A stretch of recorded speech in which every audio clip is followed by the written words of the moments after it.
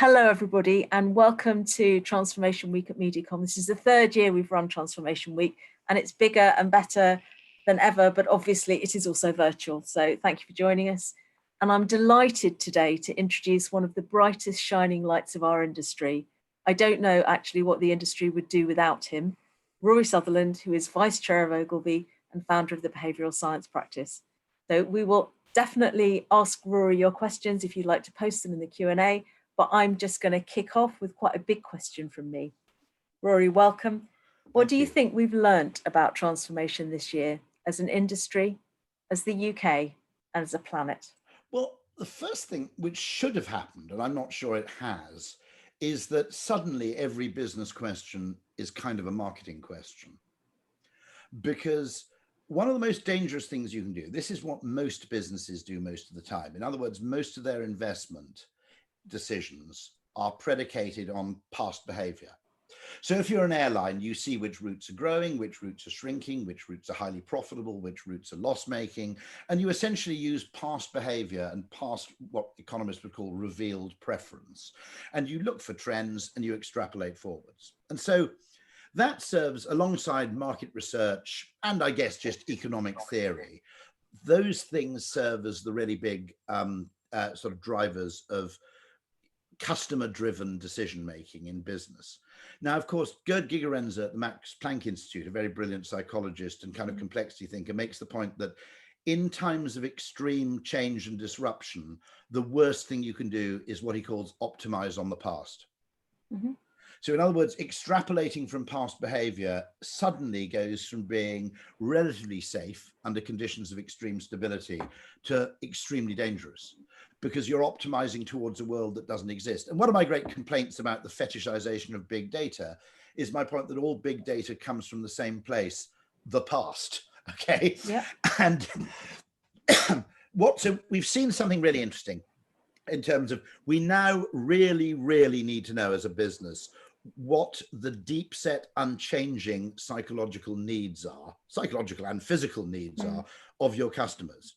We can't make do with proxies from past behavior, proxies from market research, because A, they all come from the same place, which is the past, and B, they're generally quite a lot of that information is about what you might call changing needs, not deep, unchanging wants. Yeah. And so you're optimizing very dangerously if you do that. I think the other thing that's been really interesting is that things like the sudden explosion in the use of video conferencing are evidence of the fact that marketing in general and business as a whole is far too focused on what economists call methodological individualism, which is you assume that if you create 10% desire, extra desire in everybody, then everybody becomes 10% more likely to do something, okay? And we know, I mean, the Ehrenberg Bass Institute, everybody talks about the Ehrenberg bit and nobody talks about the Bass bit. Now, the Bass bit is the Bass diffusion curve, which is the sigmoid shape of behavior change. And what's interesting is what's this? An S shape? Sigmoid. It's an S shape, so it's like a Greek S. So, yeah. Okay, I think this has huge importance for media planning, because if you look at something like anything from the acceptance of homosexual or same-sex marriage to not drinking and driving, and you look at the pattern of behavioral change, it isn't a straight line and it doesn't permeate evenly through the population. It starts, you know, I always say this very clearly. My parents didn't drive drunk. I never saw them drive over the limit in my entire life, but their contemporaries did. You know, people born in 1930, 1940, who'd grown up before the breathalyzer. You'd knock back a few pints in the pub and drive home. And incidentally, my parents would probably let people drive home over the limit. They'd offer them a bed for the night, but if the people wanted to drive home, you wouldn't attempt to stop them. Now, my kids would regard this as on a par with paedophilia, you know, driving over the limit. It's just considered with absolute horror. And if you look at the movement, it isn't an even kind of Brownian motion. It's something which has network effects.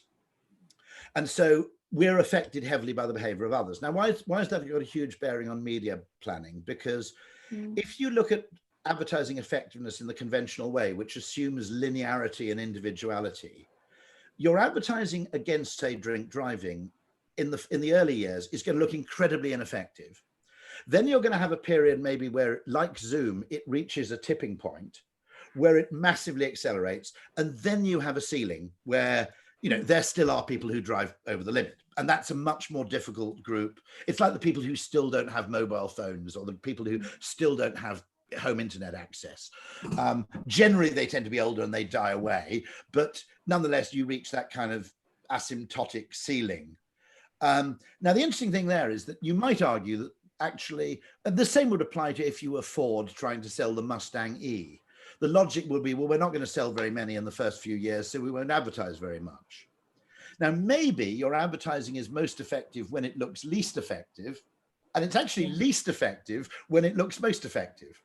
Which because is part of what to do with long-term versus short-term accountability, And so there's a really interesting thing where you have to ask this question, which is the assumption that advertising is something that kind of pays its own way over the short term, and therefore you allocate resources there according to what you can see in short-term behavior, may be a mistake. What you need to do is you need to make minority practices seem normal through the use of mass media. I mean, that's the great thing that mass media does, right? It normalizes. It normalizes things. It can't be that weird because it's on the telly. Okay, right. I mean, and then if you looked at Zoom, what was so interesting is that I've got a friend, Douglas McWilliams, who was formerly the chief economist at IBM, and he founded the Center for Economic and Business Research. And he makes the point that that in trying to change behavior with much technology, what we're actually facing is a coordination problem. So I'll give an example of this. Zoom meetings which were mixed weren't really that good. You know, you had 4 people in a meeting room and 3 people attending remotely. And so Zoom only delivered its real value. And this is why I think it's going to stick, by the way. And I think a lot of business travel will be replaced by video calls, even after vaccines are found and the pandemic's, you know, barely remembered. I don't think that'll happen much. But this is why the behavior will stick, because you now reach that critical mass where everybody has to be good at this. It's you know, it was kind of a badge of honor a year ago to be a bit shit at video conferencing. And so it was only when you actually, it's like the fax machine. It's only when you reach a certain level of penetration that the benefits of the technology really deliver. So, I mean, just to give an example, a thought experiment, if you can imagine that mobile phones, for some technological or regulatory reason, hadn't interconnected with the landline network, mobile phone penetration would have taken another 10 years. You know, because if you could only been able to call people who had a mobile on your mobile, there would have been a sort of 7-year period where you only knew 3 people. Now, funny enough, I had a mobile phone in 1989. The company kind of lent me one. And first of all, when I used it on Oxford Street, because someone rang me up, people shouted abuse at passing cars. Okay, so literally someone rang me, I put this huge brick to my ear, and people shouted wanker at me on Oxford Street. Now, if you wanted to go along Oxford Street shouting wanker at people using mobile phones now, you'd have your work cut out, right? There'd be about 400 people. But secondly, it was very unusual in the early stages to make a mobile to mobile call to such an extent that you remarked on it. Yeah. Now, but the other interesting thing about what you're saying is that just the sheer almost uselessness of logical economic arguments, because there's been a logical economic argument to do Zoom calls instead of global business meetings for years. But now, both you and I are huge remote working advocates, so it's worth remembering we're out on the slight long tail of enthusiasm. I think it's I mean, if you think about it, in 1920, in sort of upper middle class or upper class circles, you'd change for dinner, right? And everybody changed for dinner, so you had to change for dinner. What probably killed that was wartime. Just as wartime, it was kind of viewed in 1930 as, you know, and particularly before the First World War, as, you know, women couldn't enter the workplace, you know, factory work or various things like that. It was assumed. Now, obviously, technology like the washing machine and so forth had a bearing on it, but wartime forces people to reconsider. Yeah, because suddenly this is one of those number occasions. of people, and for us, you know, if you'd gone out to work in 1925 or something as a married woman, that would have been viewed as a bit weird and would have raised eyebrows. Okay, and then wartime changes all that in the same way that now a Zoom call is kind of normalized in a way that it wasn't before. And so, no, I mean, the effect of sudden shocks in terms of creating new patterns of behavior and new social norms, I mean, that goes back, I mean, it goes back hundreds of years, where either war or plague or something similar. Is there something that we should learn from this to take into every single one of those briefs that we have that talks about behavior change, that talks about even switching habits? That, you know, we tend to be, you know, with you know, any kind of product advertising, the reasons to believe, we still gravitate to, you know, logic, price, value for money. It's really interesting, isn't it? Because one of the reasons I think a lot of business travel was performative, and it took place precisely because it was expensive, in that you signaled to yourself how important you were, because your gold executive frequent flyer card said, people pay thousands of pounds to have me visit their office, effectively, right? And equally, it was symbolic to your clients of how much you valued them, the fact that you were prepared to get on a plane to Frankfurt at 7 in the morning.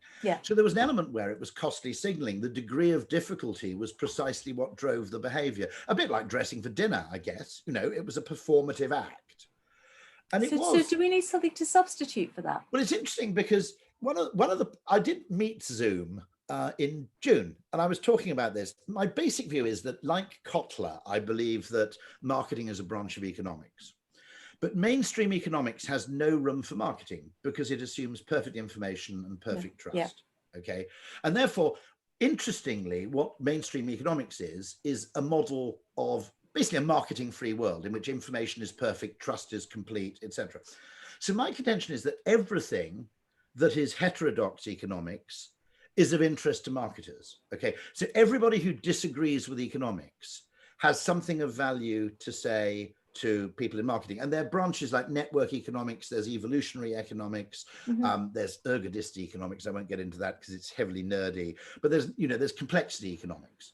And all of those things, I think, have something to teach marketers, because the rest of the organization is trying to pretend that everything's simple. And we're the only people who can't get away with that. You know, if you're in logistics, it's an optimization problem around reliable metrics, okay? You know, time, distance, speed, cost, okay? And you can take a bunch of SI units, a bit like physics, you know, time and weight and everything else, and you can basically work out what's the cheapest way to get X to Y at the necessary speed. Now, the problem we have in marketing is that what we're trying to do is we're trying to see the link between objective reality, which is, you know, business metrics like time, speed, cost, and human behavior, which is driven by emotion, which is driven by feelings, which is driven by perception. Which is messy. And which is messy, but also the metrics, we don't have them, right? Now, I'll give you an example of this. This is why you can't use Occam's razor in marketing, okay?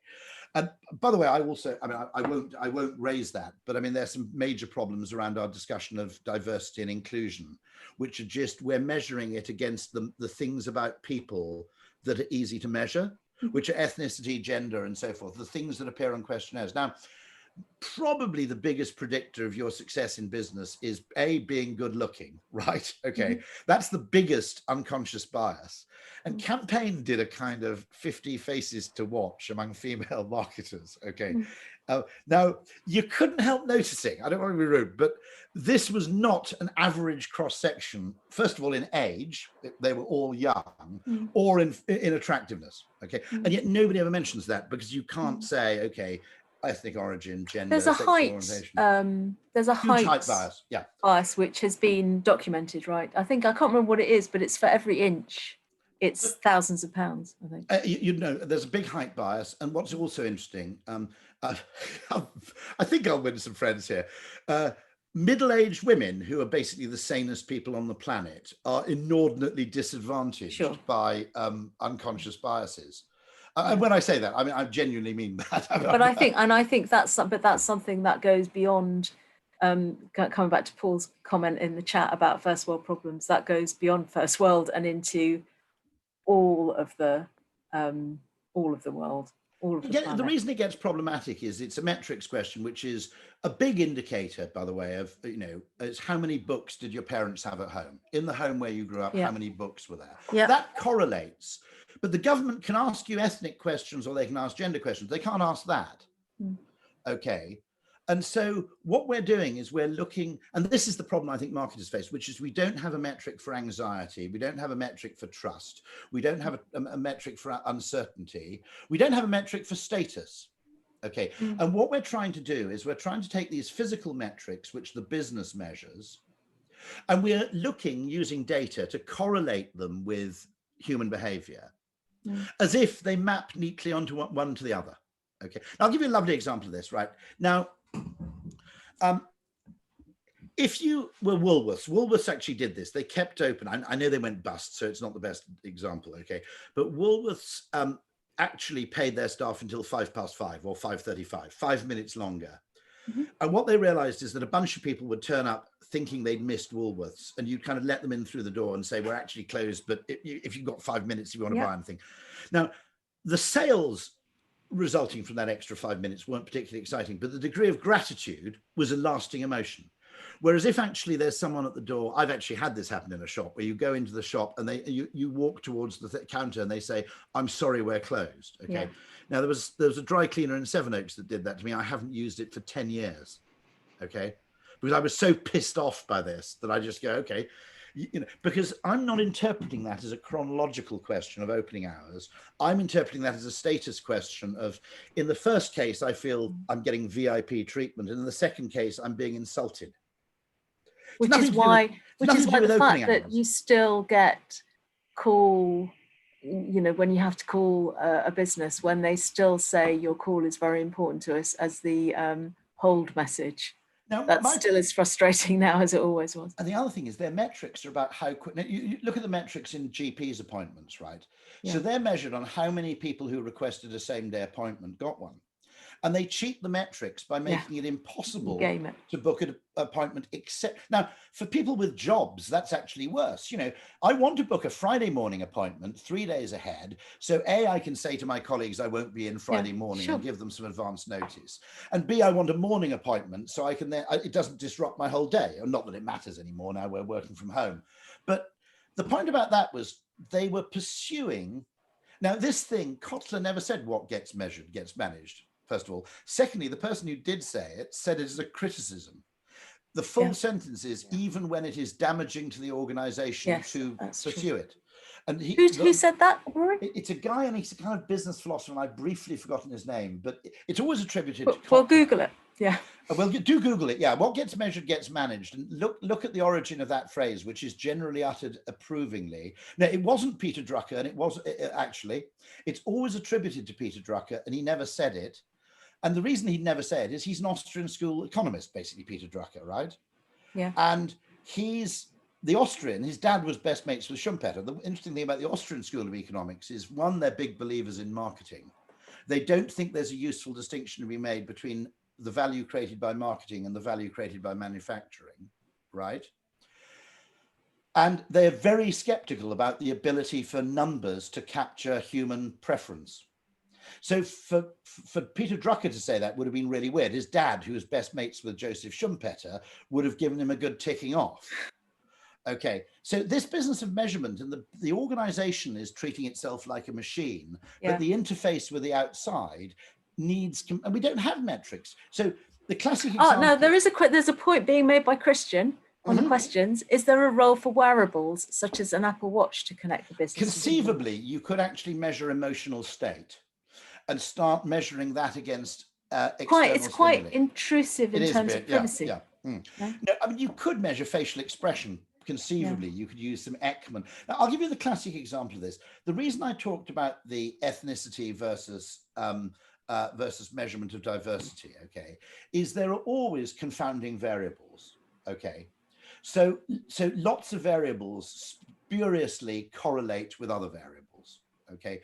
So, for example, you can look at, say, ethnic makeup, okay, and assume that someone's disadvantaged because on average people with that ethnic makeup are disadvantaged.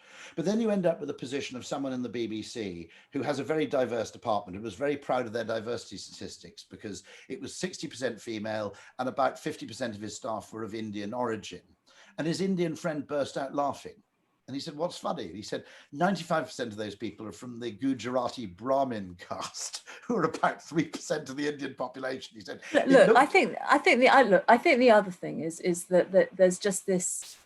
That's it. Tendency. Functional consequences of performance measurements. So this obsession with just finding data that happens to be available and attempting to draw correlations is a total fucking wrong turn, right? So what you need to do is find out the deep underlying reasons, which will correlate with things that we measure, but they're not the correlations. And those human drives are unchanging pretty much, aren't they?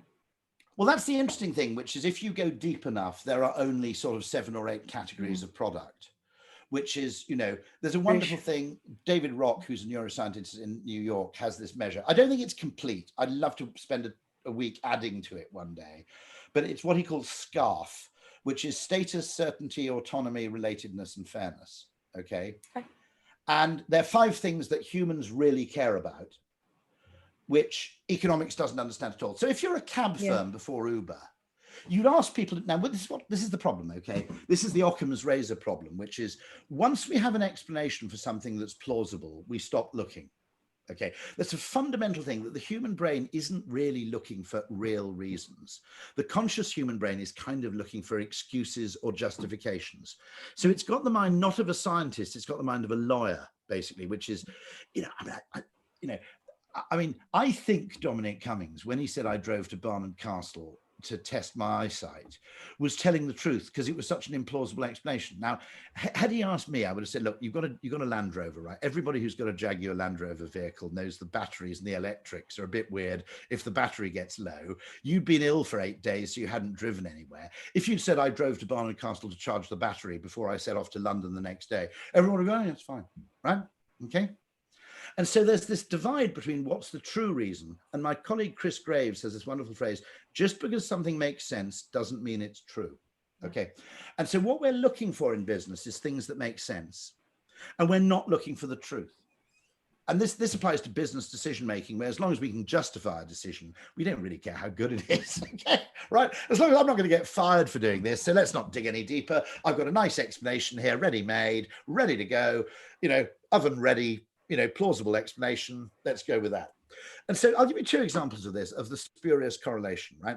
Let's say you had a product and it wasn't selling very well. So you decided, let's say it's a shampoo, and you said, let's make it 50% extra free, right?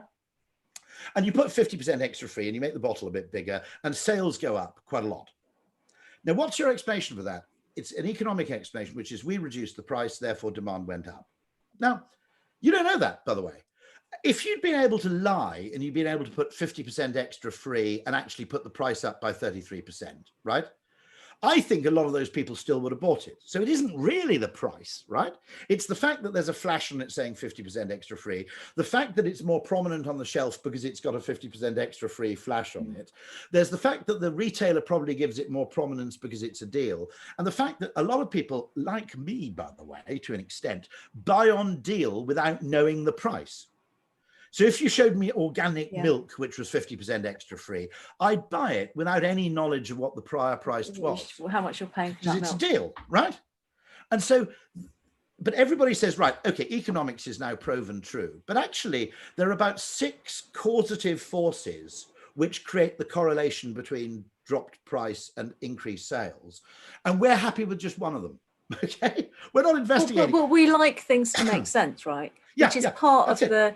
As we enter the last kind of 4 or 5 minutes of this discussion, and if you've got any last minute questions, do post them in the Q&A, everyone.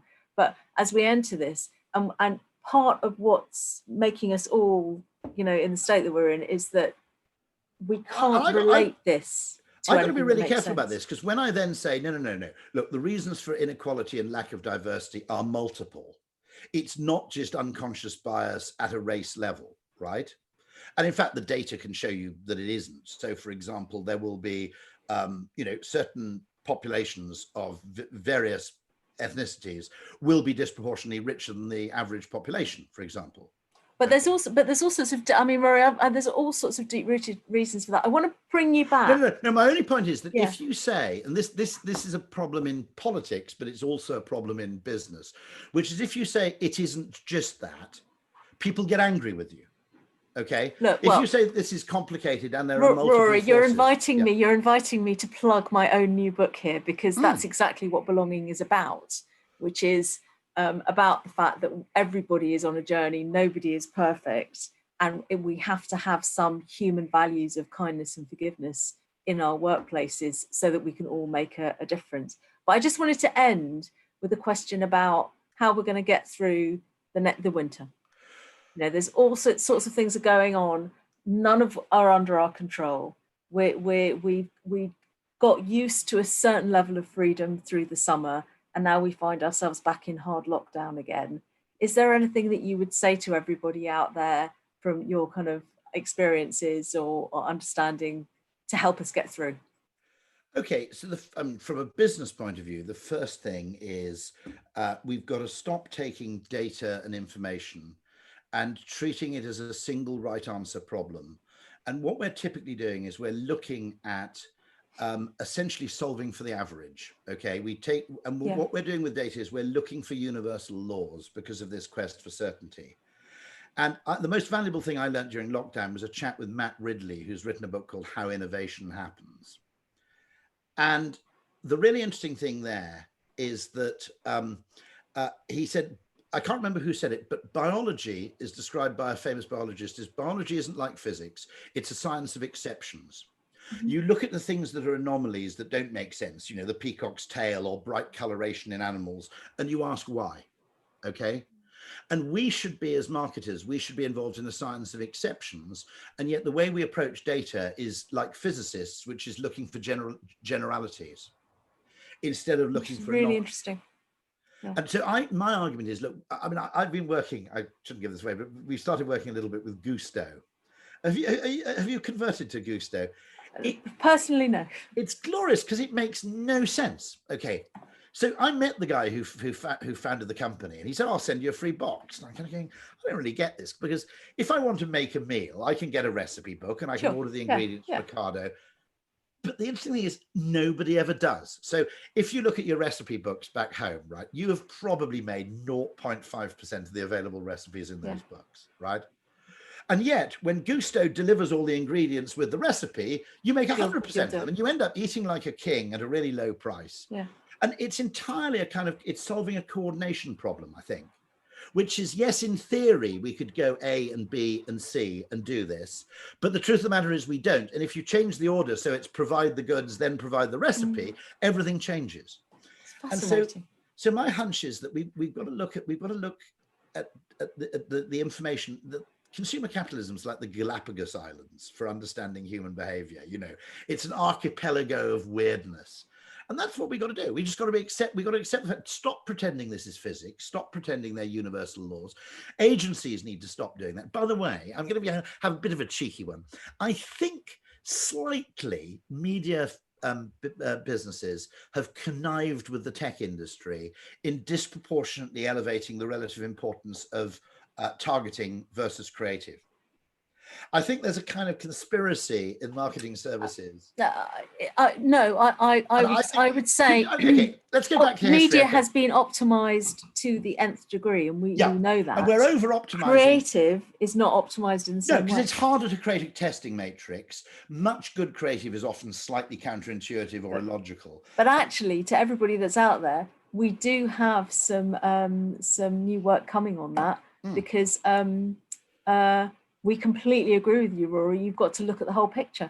It is ridiculous to just optimize. It's what I call a Sudoku problem, which is you can't solve it in isolation. So you can't take a Sudoku, cut it into 9 squares, and hand every department a separate square and say, got to look at the whole thing. Got to look at the whole. And actually, of course, if you look at human communication, it's really interesting, because the engineering tech model of advertising is a sort of Claude Shannon style information model, which is about the transmission of information between people who completely trust each other, right?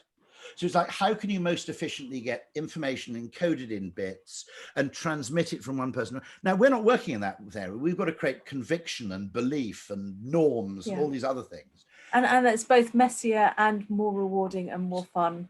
And we have come to the end of our half hour. If you think of a wonderful thing about human conversation, is that so much of it is actually weirdly implicit and context dependent. So there's this philosopher who worked on human conversation. He said, let's say it's 10 o'clock at night at your house and someone says, I'm actually running a bit low on gas. And you say, there's a petrol station around the corner.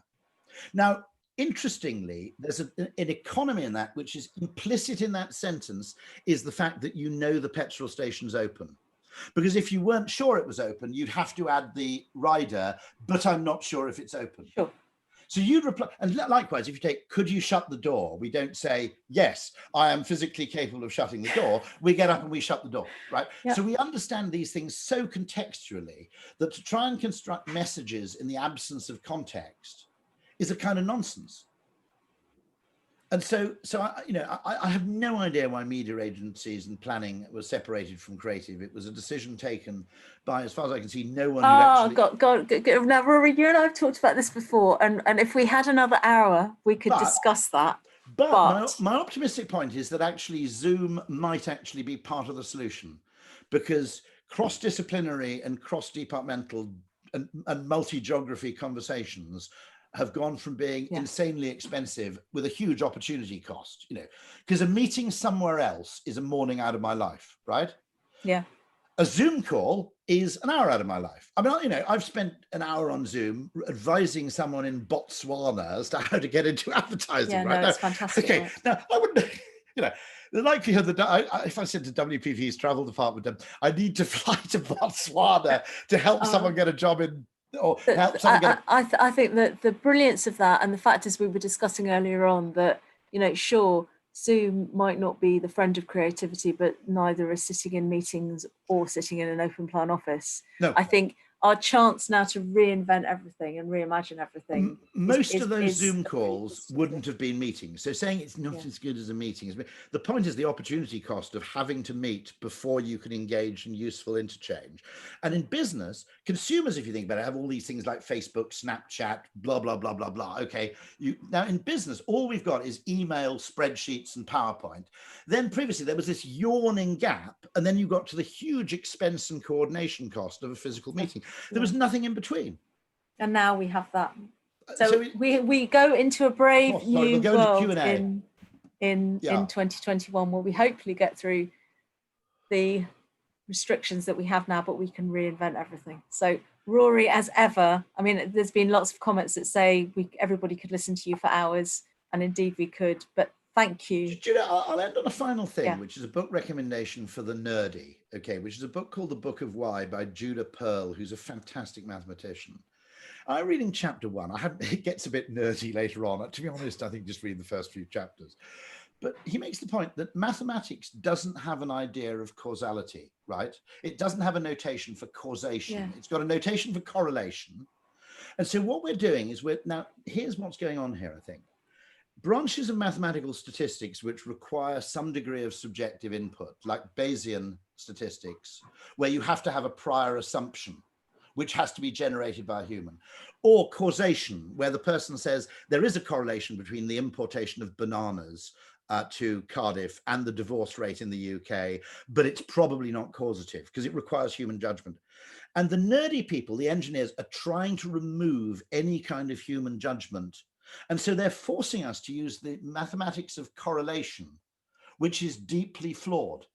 And so what I'm talking about with the correlation thing is obviously what we're looking at if we're looking at diversity is we'll start looking at correlations, but that's not that has correlative power. It doesn't have explanatory power, not full explanatory. I'm not denying, by the way, that unconscious bias doesn't exist or that there isn't racial prejudice. I'm merely saying that that's not the only game in town. Now, in the same way, let's say you're British Airways, right? You'd notice people in research, you say, what do you like a plane to be? And they'd say punctual, right? Because it's a logical sounding explanation. You'd look at a correlation between people's happiness and plane punctuality, and you'd see a correlation, okay? But the problem is, it isn't actually the thing you're measuring, which is punctuality, which is causing the majority of the upset. What's causing the upset is the fact that there's uncertainty about the departure time of your plane. So the most important thing I said in my entire working life was to say to British Airways, there's a huge psychological difference between BA 286 delayed on a departure board, which basically ruins the next 40 minutes of your life because you don't know what to do, you don't know who to ring, you don't know where to go, and delayed 45 minutes, in which case you go and get your hair cut, right? And yet, because it's A, correlated, right? So punctuality and customer satisfaction are correlated. And B, because it's plausible. So people in market research don't say, I can't stand the degree of uncertainty around my plane departure. They say, I hate it when my plane's late. And because it's perfectly plausible, everybody ends up optimizing on the wrong thing when you could actually solve the problem at a psychological level at 3% of the cost. And that's what I mean by the real why. It's knowing what the real origin is of that. And that's scarf, okay? Certainty. But it means that we need to listen and listen to people and actually really hear what they're saying as well, doesn't it? And genuinely experiment too, because they're not lying, by which I mean they've spotted the fact that it's annoying when a plane's late, but they don't have the level of introspection required to say, and actually the level of annoyance is largely predicated not on the duration of the delay, but the degree of uncertainty experienced. I mean, in a market research group, that would make you sound a bit weird, right? But what we noticed very quickly is that when you put up better information, the level of, because nobody, I mean, most people, right, they're not, if they're flying somewhere, they've left an hour's buffer at the other end, right? It's not like their whole day is thrust into chaos by a 35-minute delay. Okay, but it's the degree of effectively what the human brain does is under conditions of uncertainty, we start imagining the worst.